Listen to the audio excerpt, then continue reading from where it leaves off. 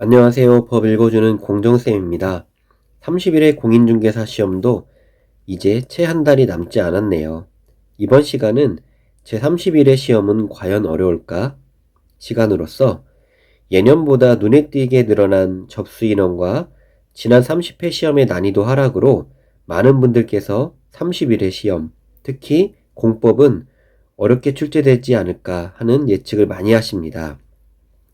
가뜩이나 공부하기도 어려운 과목인데 시험까지 어려울 거라는 예측 때문에 걱정과 불안으로 하루하루 보내시는 수험생분들 많으실 겁니다. 공정쌤이 예측하는 30일의 시험의 난이도 시작해 보겠습니다. 난이도 이야기를 시작하기 전에 우리가 열심히 공부하고 있는 법령의 구성부터 먼저 짚어보겠습니다. 공법의 모든 법령은 법, 시행령, 시행규칙으로 구성되어 있고요. 법은 법률, 시행령은 대통령령, 시행규칙은 총리령 및 부령으로 공법은 국토교통부령이 되겠습니다. 입법부인 국회에서 제정하는 법률에서 세부 내용까지 담기 어렵다 보니까 대통령령이나 또는 관계부처에서 세부사항 등을 정하고 있는 것입니다. 그리고 모든 법령은 법제처 국가법령정보센터에서 확인하실 수 있습니다.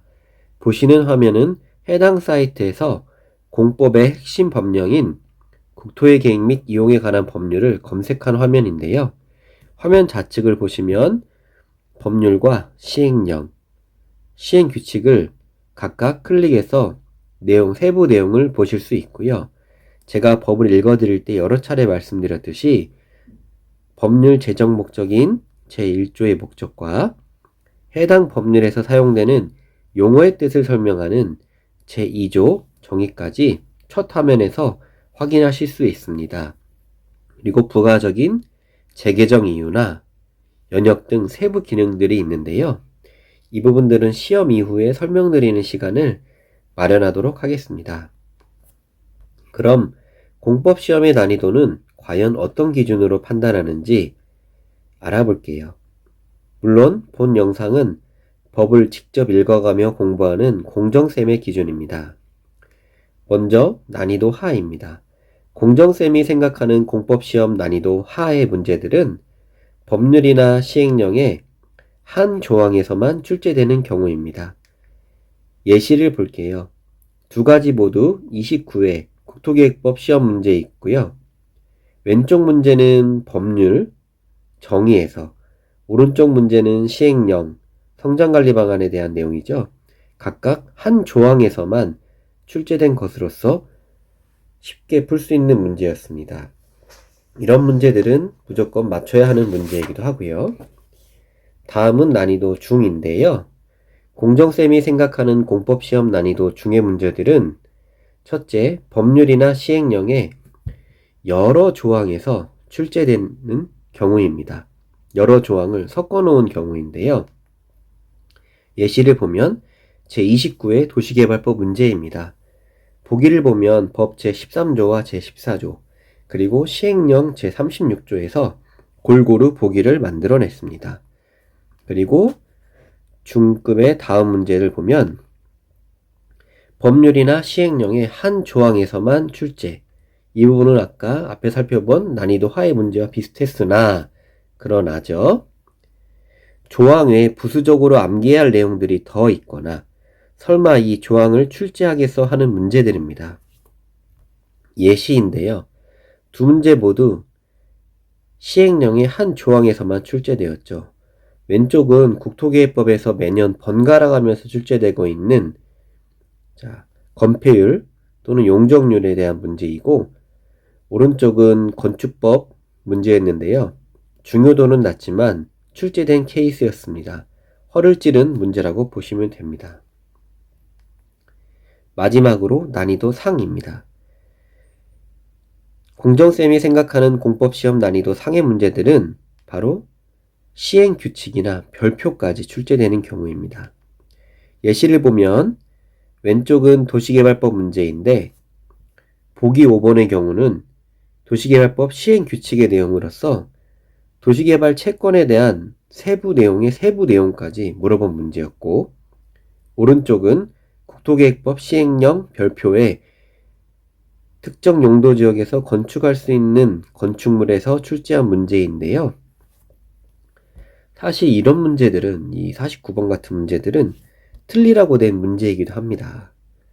그렇다고 무조건 틀려야 되냐? 만약에 이런 문제를 꼭 맞춰야겠다 싶으시면 한번 보기끼리 비교해보는 방법으로 풀어보세요.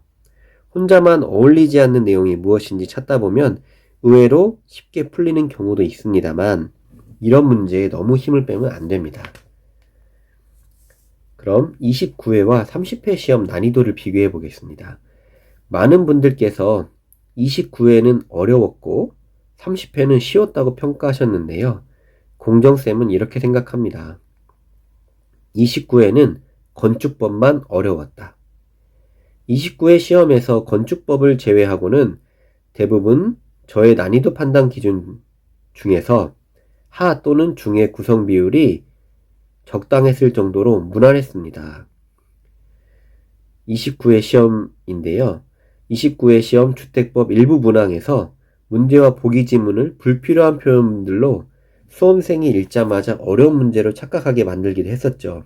하지만 67번은 사용검사 후 매도 청구에 관한 설명으로 옳은 것은, 그리고 68번은 주택건설 사업계획 승인에 대한 설명으로 옳은 것은 으로 담백하게 줄이면 되는 문제였습니다.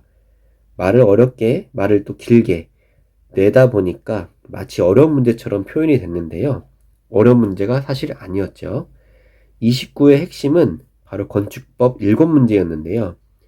문제마다 숫자 도배를 했고, 건축법에서 출제되는 그 흔한 용어의 정의 문제도 없었죠. 풀 테면 풀어봐라. 조금 과하게 말씀드리면 출제자가 장난을 쳤구나 싶었습니다. 기출풀이를 하시더라도 29의 건축법은 배제하시는 게 마음이 편하실 거예요. 그리고 쉬웠다는 평가를 받는 30회는 건축법이 쉬웠습니다. 건축법을 제외한 법령들이 제29회와 비슷한 난이도로 출제되었었고요. 비교되는 주택법은 문제 지문을 담백하게 만들었을 뿐입니다. 그리고 29회와는 달리 건축법이 쉬웠습니다. 29회 때 보상이라도 되는 것인지 건축법이 이렇게 출제가 돼도 되나 싶을 정도였죠. 건축법만 놓고 봤을 때는 29회와 30회를 비교해보면 공통분모가 거의 없을 정도입니다. 제가 이전에 올려드린 50점 맞기 자료를 만들면서 만약에 법령을 선택해서 공부하시게 된다면 건축법은 근본이 없으니 선택하지 말아주세요 하고 추천드렸던 이유이기도 합니다. 자, 이제 결론입니다. 그렇다면 30일의 난이도는 과연 어떨까요? 공정쌤의 대답은 바로 건축법을 제외하고는 예년 수준과 큰 차이가 없을 것이라고 생각됩니다. 국토계획법은 양은 많지만 매년 두세 문제를 제외하고는 비슷하고 무난했습니다. 그리고 도시개발법은 양에 비해 출제되는 문항수가 많다 보니까 반복 출제되는 구간들이 있습니다. 그 부분들은 50점 맞기 자료에서 참고하시고요. 도시정비법이나 주택법은 자칫 어려워 보일 수는 있으나 욕심내지 않고 3개 또는 4개씩만 챙긴다면 부담없이 과락을 넘고 50점도 넘고 운이 좋으면 60점도 쉽게 넘을 수 있는 과목이기도 합니다. 너무 걱정하실 필요는 없다는 말씀을 드리고 싶고요. 자, 그리고 영상 시청 감사드립니다. 구독과 좋아요는 영상 제작에 큰 힘이 됩니다. 마지막으로 예고를 하나 해드리면, 자, 앞에서 문제가 되었던 건축법을 제외하고 공정쌤의 제31회 예상문제와 해설을 준비하고 있습니다. 기출문제 풀이와 학원 모의공사의 갭 차이로 혼란스러운 수험생분들 많으실 겁니다. 모의고사는 말 그대로 모의고사입니다. 이 문제, 저 문제 만들어 보는 것이죠. 출제할 때도 이게 나오면 좋고 안 나오면 말고. 그래서 공정쌤이 준비하고 있습니다. 최근 기출문제를 토대로 최대한 실제 시험 문항과 유사하게 만들고 있고요. 해설도 충실하게 해서 최종 마무리 자료를 활용하시는데 도움이 될 거라 생각됩니다. 물론 시간이 지금 촉박할 수도 있는데요.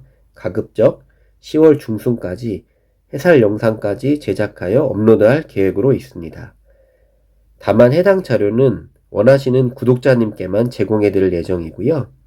필요하신 구독자님께서는 안내해드리는 주소로 구독 인증샷과 함께 메일을 보내주시면 문제 작성이 완료되는 대로 문제 먼저 보내드리도록 하겠습니다.